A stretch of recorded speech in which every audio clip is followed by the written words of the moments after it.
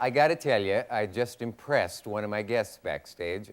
Maybe he'll admit it, but remind me to get to that, will you? On Saturday night, my first guest tonight became the youngest heavyweight boxing champion in history.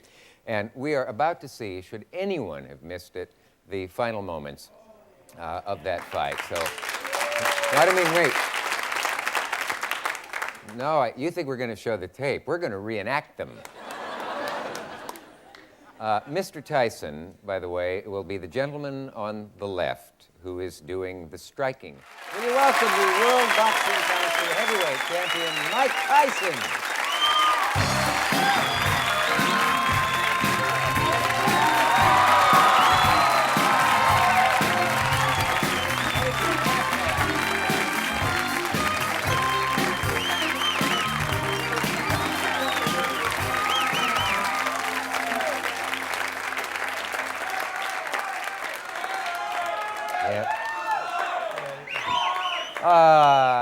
Thank you so much.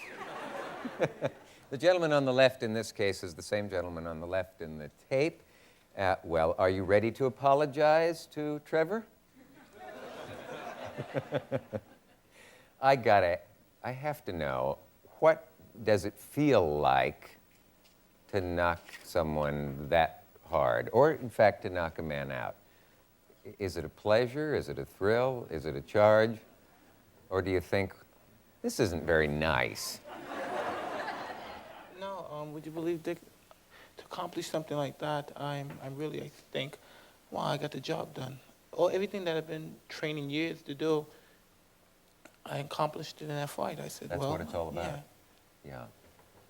Well, it was certainly impressive.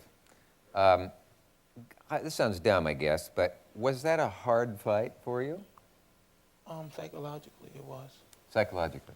Yeah, because going to the fight, I trained 6 weeks for the fight in a strange area, Las Vegas. I only fought there once, and it was just a lot of altitude, and it was just unbelievable hype in the full fight.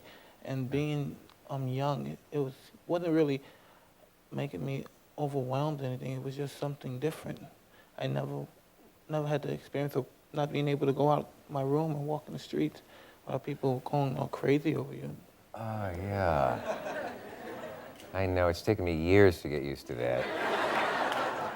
Well, did you say you were affected by the altitude in Vegas? You could feel that? No, I was up there for 6 weeks. Yeah, to get over. But when you're fighting and you're going through a great stage and the magnitude is so intense, like it was in that fight. Yeah. You know, your mind starts to play games with you. Yeah. But I'm sure I was confident. I knew no man in the world could beat me. But you always have those doubts. No man in the world could beat you. No. Are you hurt anywhere? Seriously? No, not at all. Do you feel anything? No. No pain? No. Yeah. You know, when the punch looked like, from the angle it was on, like it was right on the temple. Was it, in fact, on the forehead, or was it on the side of the... Well, it was, you're correct, it was about right at the temple, right on the borderline. That's what I thought. Now, you've talked about key points. I think, did Customato teach you that sort of thing? Yeah, he taught me. He was almost what you could call a master of the anatomy. He knew every vital spot to punch.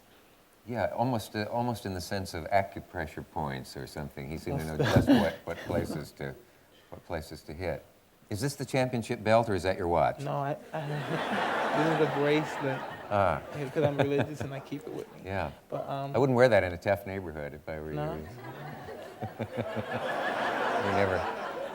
You never know when it's going to come down. Do you have any kind of nerves, butterflies, or fear when you go into a ring? You know, yeah, all the time. Everyone always asks me that. Yeah, but I can't believe that you...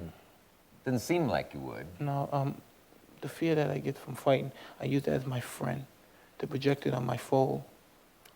Is that part of D'Amato's teaching also, that you Most direct that fear toward the other man? Yes, because like once he told me, fear is like fire. It's a feeling, and if you let it get out of control, it could kill you and everything around you. And once you control it, you can use it to help you. And in fighting, that's what I do. I don't become emotional because it inhibits my performance. And I used to keep my fear as my friend, and it makes me explosive. That's very good psychology, because when you feel the fear, then you can think of it as an ally and not as an enemy. If it ever comes a time I stop becoming afraid to fight or feel the nervousness, I wouldn't fight anymore. That would be the time you'd call it quits. What about the really unfunny subject of the possible injury? Do you have friends who say, get in and get out? You don't want to end up on Queer Street? Well, I think I'm too good to get hurt. Yeah. Yeah, I really do. I believe I'll never get hurt in boxing. I'd argue that with you, but I won't. For some reason. Can you explain to me why? We always think, a layman watching a fight would say, that guy's a lot taller than the other guy. That's not fair. Fighters should be the same size and so forth. Can you show me why not being as tall as the other guy can be an advantage? Well, like I said before, it's all psychological. If you believe that a guy, everyone always say this guy has an advantage, a 7-inch reach advantage, 4-inch height advantage. No one ever says he has a 4-inch height disadvantage. Well, let's stand for a second. We'll see. I think a verbal explanation would be just as good as the other kind. But Put your hand, come on. yeah, okay. So just Okay, so you're what, 5'7", right? 5'7". I'm 6'2". It's the cameras. So, and you have to bend your legs. Yeah, Come on, five. bend your legs, bend your legs. Bend my legs. Yeah. Okay. And I'm a much taller guy. And Right, to hit now. you, I'm more adjusted to throwing my punches like this. Like this. Ah, And then I have right. to, if you're calm and So you have relaxed to enough, adjust. if you're calm and relaxed enough, you can watch and you can see everything. And you can watch every twitch of his muscles. But you have to have the confidence and the relaxation. Where do you direct your vision? Do you look the guy in the eye? Never. Do you I look try to only keep right the here. I whole look only right form? here because his face can't hit me. So I only watch right here. I watch his shoulder. Right.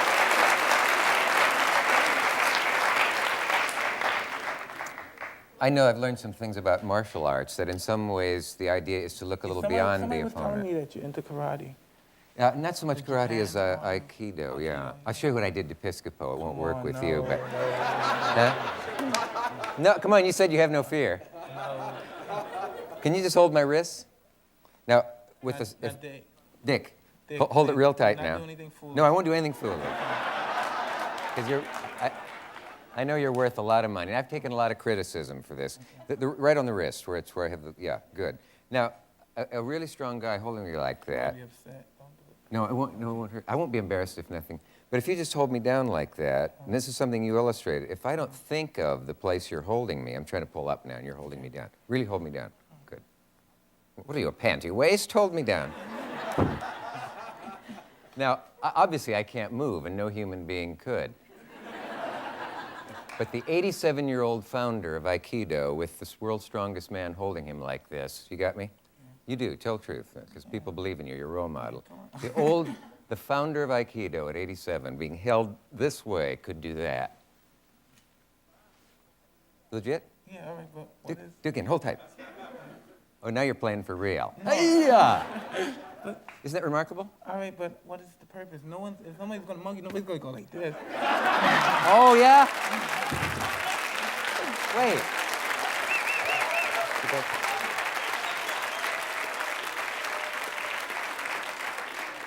Now, wait a minute. He raised an interesting point. If someone's going to mug you, they don't generally go like that. But if they do, you can do like that. We'll be back right after this.